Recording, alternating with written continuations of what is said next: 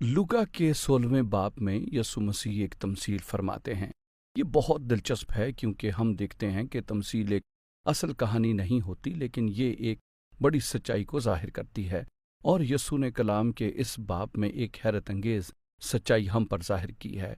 और उन्होंने कहा, और वो जो थोड़े में दयानतदार है वो बहुत में भी दयानतदार है। बाप, अगर वो आप पर छोटी चीजों में एतमाद करता है और आप उन छोटी चीजों में दयानतदार होंगे, फिर वो बड़ी चीजें आपको मुहैया करेगा।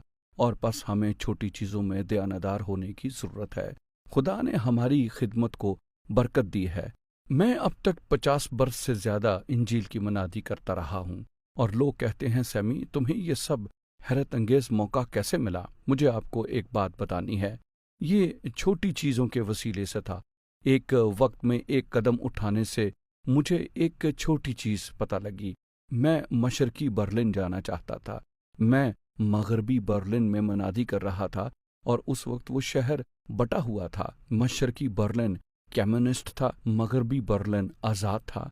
और मशरकी बर्लिन के गिर्द लोगों को मगरबी बर्लिन को फरार होने से रोकने के लिए एक दीवार बनाई गई थी, और यूं ये एक बहुत बड़ी कैद खाने की सूरत थी। मगरबी यूरोप के लोग और उन कम्युनिस्ट असरात वाले ममालिक में यीशु मसीह की खुशखबरी के साथ पहुंचने के लिए बहुत बेताब था, लेकिन मैं ये नहीं जानता था कि ये कैसे करूं। और मैंने किसी से पूछा, क्या आप मशरकी बर्लिन में किसी को जानते हैं? जी हाँ, हम एक बुजुर्ग लूथरन पासबान को जानते हैं जिसे कम्युनिस्ट मनादी नहीं करने देते।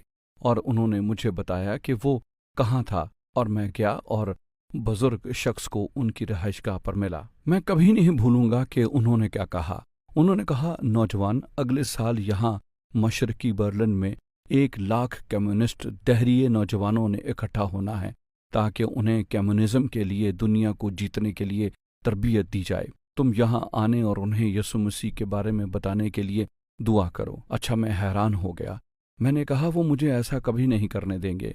उन्होंने कहा, तुम इसके लिए ज़रूर दुआ करो। मैंने उसके लिए दुआ की, और खुदा ने मेरे दिल से बात की और जाने को कहा। और मैं और मेरे 2 दोस्त उस इज्तिमा में घुस गए। 200 कट्टर दहरिए नौजवान मसीहों के पास हम गए। ये छोटी चीज़ नहीं है।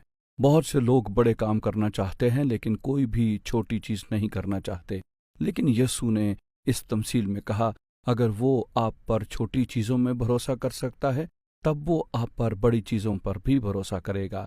लिहाजा छोटी चीज़ों में दयानतदार हों, और वो आप पर बड़ी चीज़ों के लिए भी